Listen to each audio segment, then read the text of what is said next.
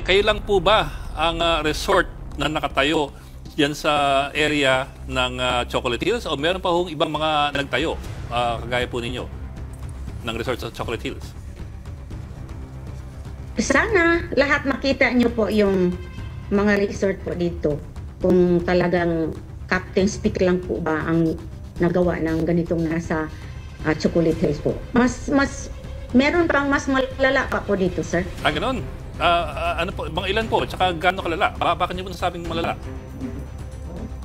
I will not mention the resort. Pero kung gusto niyo po kayo na mag-iimbestiga para naman makita nyo na fair talaga yung desisyon ng lahat ng mga tao. Oo. Kasi yung po sa amin, yung gusto ko po, yung mag-i-investigate, hindi lang po sa video, pero mas sana, actual po nandito po sila para makita nila kung talagang nakalabaw po kami ng Chocolate Hills. Mga ilan po yung sasabi niyong mga resort na nakatayo sa Chocolate Hills?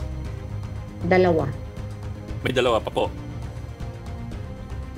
They are older than the Captain's Peak Resort. 2 po bukod po sa inyo. Tama po?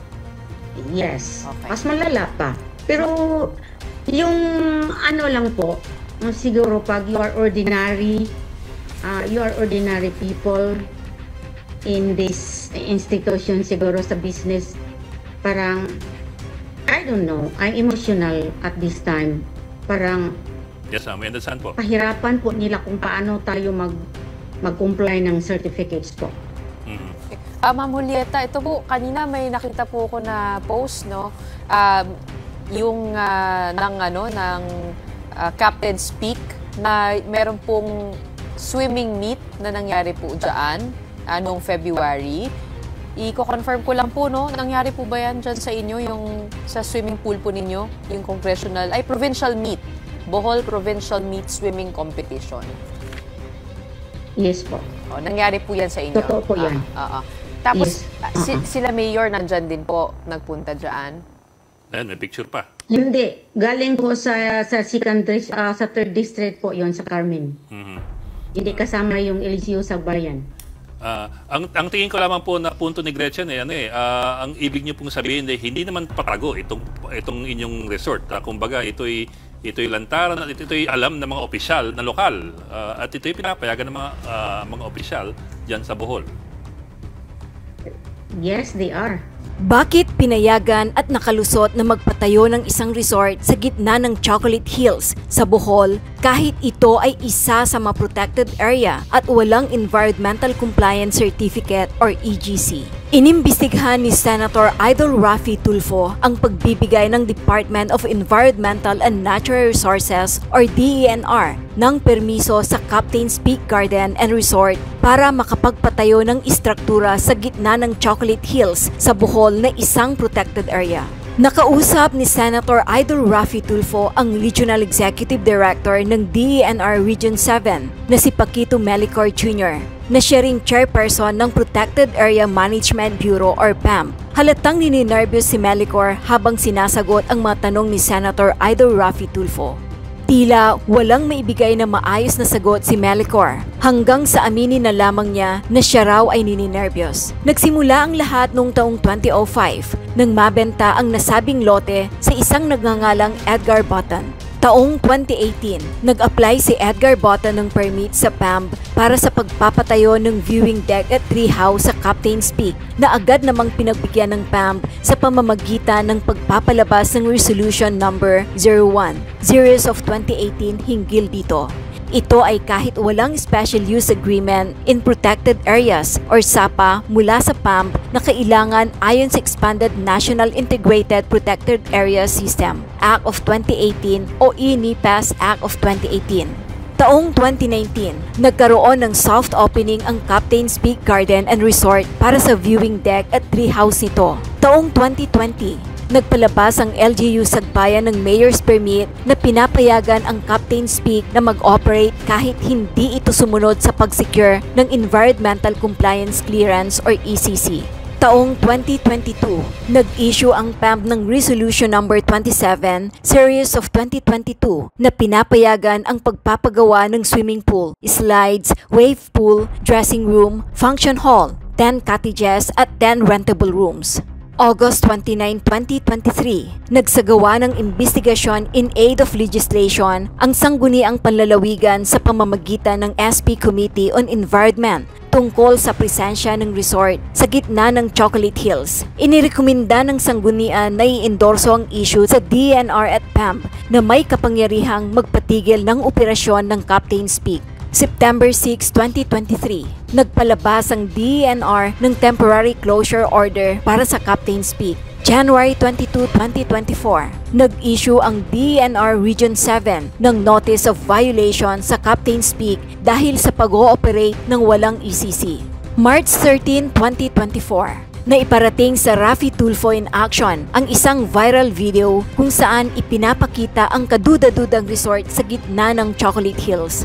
Kapansin-pansin na ang chairman ng PAMB na nagpalabas ng resolution para mabigyan ng permit ang Captain's Peak ang siya ring nag-issue ng kanilang notice of violation na ipinapatigil ang kanilang operasyon at ito ay si Regional Director Melicor. Pero hindi lang ito ang kauna-unahang pagkakataon na pumalpak ang PAMB. Matatandaan na sa Senate budget hearing ng DENR noong November 2023, binatikos ni Senator Idol ang pagpayag ng PAMB sa Vena Energy na magpatayo ng istruktura sa Masungi Geo-Reserve na isa ding protected area.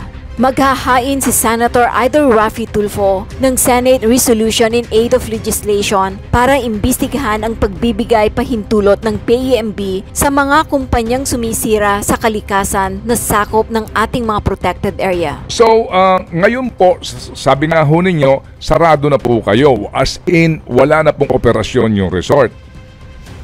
Yes po. Sa ngayon lang po, yung mga supporters ko lang po ang kasama ko dito kasi kanina yung mahina po yung connection sa bahay namin. Nandito na po ako sa resto po. Okay, sige. Kanina po na-interview namin si Mr. Pon, yung executive assistant po ng mayor dyan sa lugar ninyo. At ang sinabi ko nga sa kanya ay ano ang basis kung bakit po kinansilahan kayo ng business permit. Yun daw po nga daw wala silang kopya actually kung narinig nyo, di ba? Noong temporary closure order. Oo, at they responded because of the news reports na wala kayong ECC at meron pala daw kayong temporary closure order, ma'am. Ano po yung reaction doon? Yung po kasi, this is the second time po na may controversial po ang Captain's Peak. Yun ang I wonder why na meron na naman dahil po sa sa viral po. Last time, meron po silang ginawa na parang naghingi po ako sa LGU ng parang to fill yung kasi yung barangay road is passing by going to Canmano from the Libertad Norte going to Canmano po. And then we are asking the LGU kung pwede paganda namin yung amin na hindi masyadong mataas na kalsada po. From the Libertad, only maybe 500 meters away lang po yung hiningi ko po. Tapos doon po sila kumuha ng yung grava para i-fill up po yun sa kalsada. Yun ang first time na nag-viral kasi meron pong nakapunta dito na hindi umabot po sa inyo yung the free mga nakita nila po yung hindi siguro nagustuhan nila. Ayun, nag-viral. Pagkatapos ini-evaluate doon po kami sa proseso like this na lahat ng mga government agency po dito, lahat ng mga SP po, kanilang nag-order po sila sa PAMB sa DENR na i-measure po yung mga structures po namin sa Captain's Peak sa loob ng swimming pool. So far, wala naman po kaming violation doon. Yun po yung meron pong mga changes na mga kulay na hindi pa namin nagawan ng paraan kasi umuulan. Opo. Sa Sige. mga, Opo. Sige. mga, Opo. kasi yung mga roofs kasi, di ba makita nyo po na lights po yung mga color po. Ito po yung labag namin na bakit hindi po na-i-blend po sa kulay ng Chocolate Hills. Okay. Ayun sige. lang po siya. Sige po. Ma'am Juliet, no, para ho mas maintindihan namin po ito at nang nakikinig ang sitwasyon ninyo. So, paano kayo nagsimula dito sa pagpaplano ninyo? Opo, ano ho ang, kumbaga, sino ang una nyong inilapitan at saan kayo humugot ng lakas na loob para magtayo ng negosyong ito? Meron bang paano po? Hello po? Hello ma'am, narinig niyo po yung tanong ko? Opo. Ayun sa simula po, nagtatanong po kami kung saan po kami magsimula. Kumuha po kami ng ano ba yon, yung lahat-lahat ng mga requirements kung saan po kami mag-start, saan pong department ng government po. The LGU, yung sinabi po ni Pastor Pon is totoo po yon. The LGU is only the second to approve the project. Like this belong to the protected area.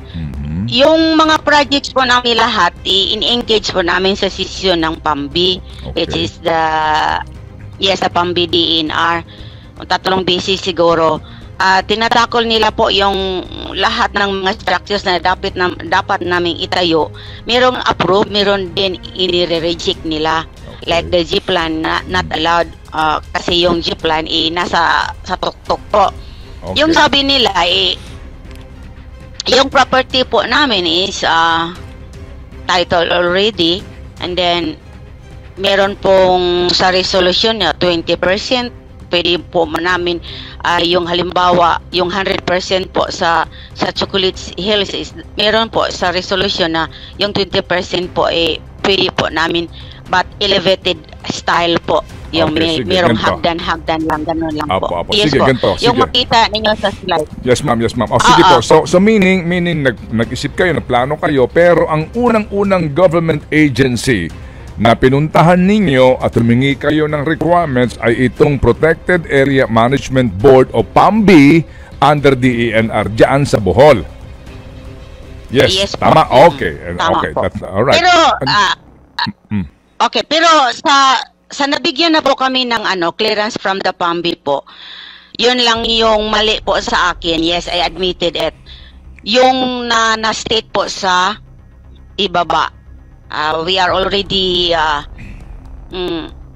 approved to the PAMBI to build any structures, but yung lang siguro yung pagkakaintindi ko ba na yung ECC pala talagang ilalabas muna bago po kami mag-operate. The construction is allow. They allow the construction, but we are processing.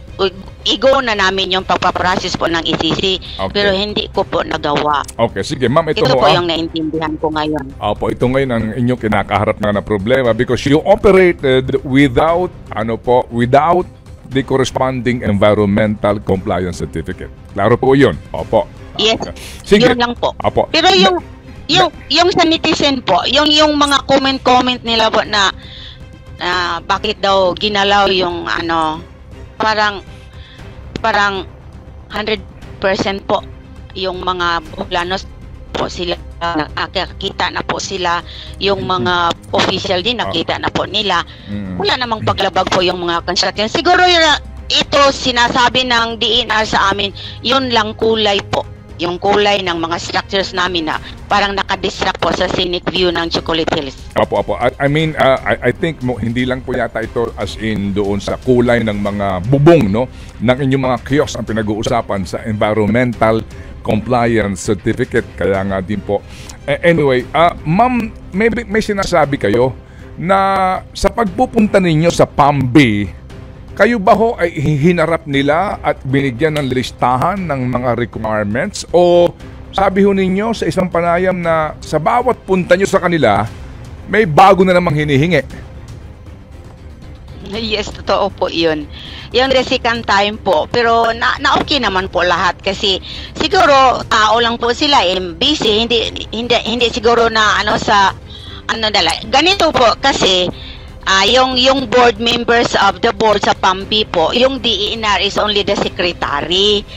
Ang mag-a-approve po yan, yung mga barangay captains of the barangay which is belong to the protected area po. Hindi po lahat ng mga barangay captains na nandyan po sa board na sila pong magpipirma po sa PAMBI clearance po. Tapos yung DENR na PAMBI, they're only sit down and then if the board will say that okay, tomorrow we will get inspection to the Captain's Peak Resort. So with the DENR, with the board po, sir. Pero ma'am, considering po na yung ECC is one of the requirements, no? Ang PAMBI kasi ay meron silang sarili nilang mga dapat yung ma-accomplish before kayo mabigyan ng go signal o resolution of approval. Yung ECC din, may listahan po iyan. Standard naman din po yan sa bawat ilang lugar na may gagawin po. Sa minahan, meron din po listahan yan. And sa ease in doing business, klaro yan eh. Hindi dapat pabago-bago. Pagpunta mo doon, bibigyan ka ng listahan. Ito ba ginawa sa inyo ng DENR? O itong ultimo sa ECC na listahan ng requirements? Yung sa PAMBI po, hindi naman gaano parang heavy, parang marami. Ano ba yung ibig sabihin? Mahirap, hindi mahirap. With the ECC compliance po, para bang yung requirements nila talagang hirap talaga. Talagang kanino yung mahirap? Siguro pag makita yung mga requirements. Kanino yung mahirap, ma'am? Kanino yung mahirap? Yung sa ECC po. Ayun, sa yung ECC. sa PAMBI, lang yung sa PAMBI. Parang hindi gaano yung heavy kasi yung sa ECC yung sa amin hindi kami geodetic, hindi kami mga engineers. And then ito lang po yung sinasabi nila. Okay, you're engaged to the website and then tingnan niyo po yung mga requirements. Sige. I-comply ninyo po, i-upload ninyo po. Ganun lang po. Sige. So, kailan kayo officially nag-start magbukas ng inyong resort? At nung magbukas ba kayo, ano ang hawak niyong permit? Yun lang po, PAMBI clearance and then the building permit, the business permit, the DTI, the BIR. That's it. Opo. Basta yung ECC wala talagang ECC po. Yun po siguro ang dahilan na naipasira po yung Captain's Peak Resort. Kailan kayo officially nag-open as a commercial resort? Unsay petsa day? Officially 2019 but at the 2022 meron na pong swimming pool. Kasi unti-unti po yung construction namin, sir, wala pong pera yung may-ari. Yung kapatid ko maghanap pa ng pera sa barko. So 2019 kayo nagbukas as a resort, 2020 nagtayo na kayo ng swimming pool. Yes po. Started construction but the opening is 2022 po.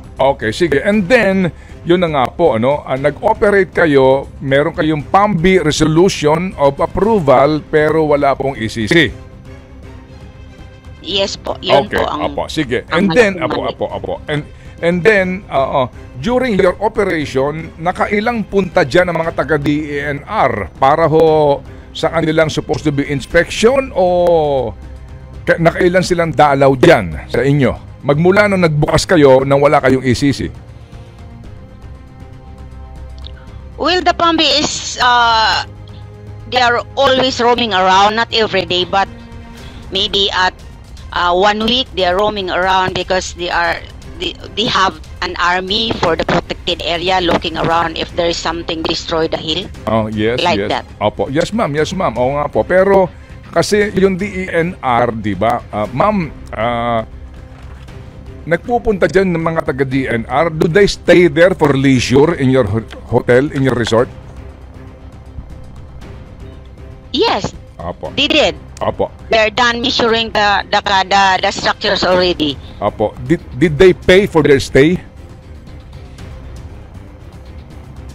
Come again, Sir Chappie. Opo. Ma'am, kasi nag-operate ka nang wala kang ECC, pero meron kang PAMBI resolution, no? Okay. So, commercial operation ka na, nagtayo ka ng swimming pool. Opo. Yung kasi dito ngayon lumalabas, no, na meron po mga inspection team, ang Sangguniang Panlalawigan, pati raw po itong DENR. So, nagpunta po ba dyan ng mga taga-DENR at nag-inspect at sinabi sa'yo na, oy, Captain Speak, ba't ka nag-o-operate? Wala ka pang ECC. Meron bang ganun pangyayari? O nung sila magpunta dyan, nag-stay sila overnight, kumain sila, natulog, and then umuwi nang wala sinasabi sa'yo? Well, that part is maybe they missed it, or they missed to ask that part.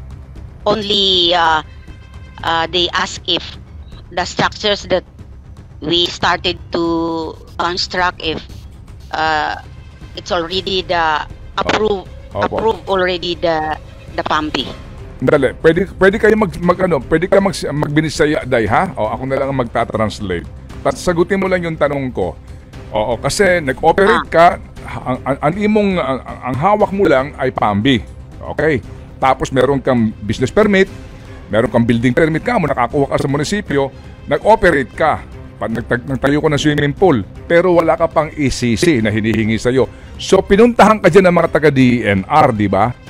Tama? Yes, sige. So, nagpunta po sila. Okay. Nagpunta po sila, pero tiningnan lang nila kung yung structure na ginawa, kung pasok ba talaga sa project proposal namin. Kasi yung instruction nila, yung project proposal, yun din lahat ang sundin namin. Hindi kami pwedeng magpagawa ng hindi pumasok sa structure sa project proposal po. Kailan sila pumunta diyan at nakailang punta sila? If you remember, sa imong panghuna-huna ba, sa imong pagtigam nimo, sa pag-aalala mo, ilang beses sila pumunta diyan? Sa kung ingon mo, Mang Ted, ang kanang PAMBI, they are always roaming around the protected area. Okay. Doon na sila army. Okay. What we call this, the people to roaming around. Doon na sila. Sige. Klaro na po iyon. Klaro na yung PAMBI na yan na madalas dyan. Kasi nga meron silang protected, meron silang grupo, no? So alam nila na nag-ooperate ka, kumbaga. Kahit na wala kang ECC, they know that you're operating. Yun mismong taga-DENR, itong mga taong ito. Pati yung ngayon na inuutusan na mag-imbestiga diyan, itong pangalan nitong taga-DENR na ito. Kukunin ko mamaya. Sige. So nakailan silang punta sa iyo? Hindi ko mabilang, Mang Ted, hindi ko mabilang. Maraming beses. Okay, sige. Opo, maraming beses. Kapag ba sila pumupunta diyan, nag-overnight ba sila diyan? Sila ba ay nagpupunta bilang mga inspector ng DENR o nagpupunta sila dyan to enjoy your facilities? No, they are not. They are passing by because of their work. Okay. Opo. So, hindi sila pumupunta dyan para naman mag-enjoy sa iyong facilities? Wala po nangyari na ganun. Okay, very good. Sige. So, sa ngayon ganito. Saan kinuha ng kapatid mo ang puhunan dyan at mga magkano ang nagasta ninyo? Yung kapatid ko po, galing po kami sa probinsya sa Mindanao, hindi po kami taga Bohol. Pagkatapos meron po siyang naisisave na po, kasi single po yung kapatid ko, bumili siya ng lupa na dito po sa Bohol. It will siguro mga almost 6 hectares po na may Chocolate Hills. Tapos yun na po. Okay. Unti-unti po na siguro sa isang taon may isang structure na pwedeng ipagawa. So hindi kayo nag-loan sa bangko, hindi kayo nang-utang sa bangko? Wala po. Walang ganun. Step by step po. Every year meron pong itatayo. Every year merong isa, dalawa. Ganun po. Ang hirap na dinaanan ng kapatid ko ngayon. Yes, sir. Yes, ma'am. I sincerely understand. Kaya nga, ito ang akin po tinatanong para maintindihan nila. Diba, yung puhunan ninyo dito, At bagamat inaamin nyo, may pagkakamali nga kayo, pero yung hirap na inyong dinanas dito. Ngayon, ma'am, sa sitwasyon na ito, na inyong kinakaharap, ano po, na may kontrobersya dito, kayo ho ba, ano ang maaari ninyong magawa ngayon para makorek pa ito kung kaya pang makorek? At handa ba kayo kung sakasakaling talagang pasarduhan na po kayo at eventually hindi maging maganda ang desisyon ng gobyerno? Sana isipin nila muna kasi ang hirap naman silang nag-a-approve pagkatapos sila po ang mag-issue ng notice of closure, 'di ba?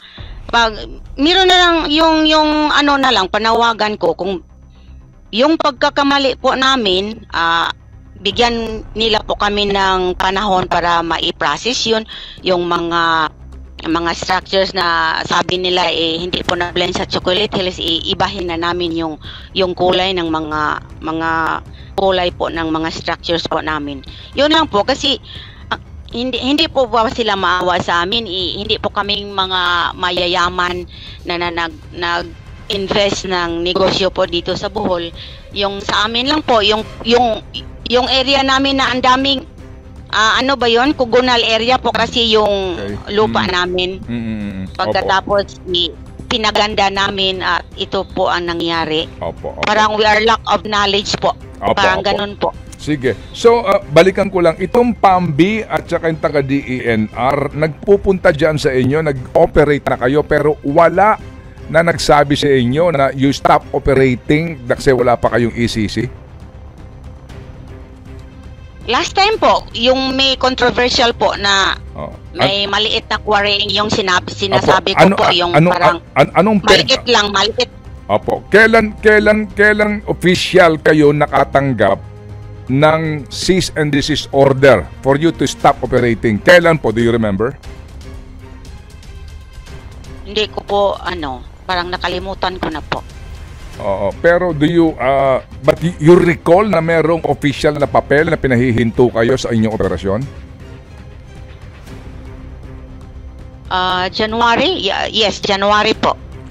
January kailan? Nitong taon?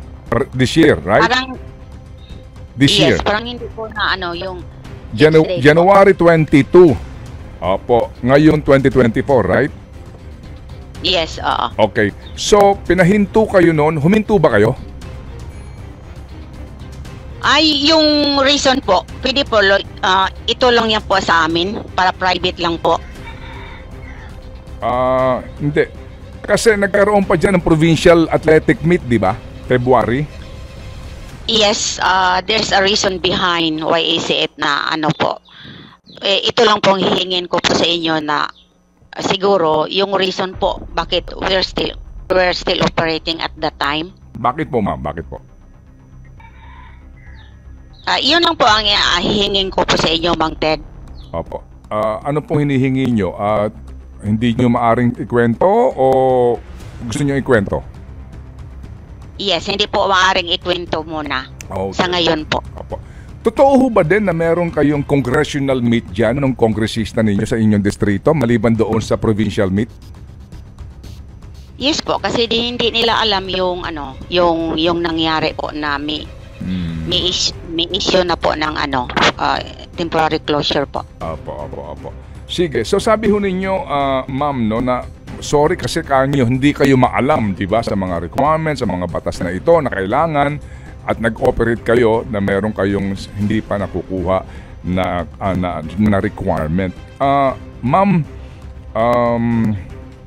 pwede ka tumubag, no? Magtubag sa akong pakiana, sa akong pangutana. Dito ba meron kang ibinigay na anumang pabuya sa sino mang taga-DENR o PAMBI para ka makakuha ng resolusyon at makapag-operate? Wala po. Hindi po ako marunong magbigay po. Wala po akong perang pambigay. Ito lang po siguro yung problema. Siguro yun po yung pinakamalaking problema, siguro hindi ako marunong magbigay. Bakit naging problema yung hindi ka marunong magbigay sa inyong sitwasyon?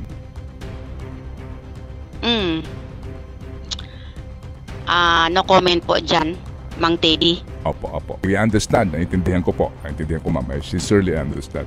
Alright. Ito pong pambika ninyo na yung nagpapatrol, puro sila mga taga-barangay lang, walang taga-DENR doon, walang taga-provincial tsaka municipal? Wala. Kasi yung municipal hindi na fit nila filled yung ano eh. Okay. Hindi nila trabaho yung mag-roaming around sa protected area. Okay. The only the Pambi they are allowed to roaming around the protected area to check if there is Chocolate Hills. Opo. Ito pong Pambi na ito, puro taga-barangay, may taga-DENR din na dumadaan sa inyo madalas kamo dyan? DENR sila. Okay. Yung mga yung mga army nila, hindi namin kakilala yung mga army nila. Okay. They are passing by, they are roaming around. Opo. Sige. Yung pong itong si Ariel Rica na penro ng DNR diyan sa Bohol, gaano siya kadalas diyan before magkaroon ng kontrobersya, before noong September 6, before mag-September 6 ng 2023, gaano siya kadalas magpunta sa inyo? Ariel Rica, parang hindi ko pa nakikita yon si Ariel Rica eh. Kasi yung department po nila, may designated personnel po sila ng mag-asikaso po. Hindi po si Ariel Rica po. Opo. Yung sa Pambi, yung sa EMB, meron po silang designated personnel na mag-entertain po sa amin, yung mga proponent. Hindi po si Ariel Rica po. Opo. Sige po. Sige, so ma'am, may tanong ka ba, Cha? Sige, may tanong lang po si Cha, ma'am ha? Opo. Kanina lang po, no, Ate Julieta, natanong ni Manong Ted yung tungkol dun po yung kung saan galing ang puhunan. Pwede po ba namin malaman kung magkano yung total na nagasta po para dito sa Captain's Peak Resort, kung okay lang po? Siguro as of now, from 2019 until now, siguro ang calculation ko po is almost 10M na po. 10 million na po. At kanina rin po, nabanggit ninyo, natanong ni Manong Ted kung kayo ba'y nagbigay ng something para po dito sa mga taga DENR at Pambi. Ang sabi nyo po, yun yata ang problema dahil hindi po kayo marunong magbigay. Tama po ba yung naging sagot nyo? Yun po sinasabi nyo.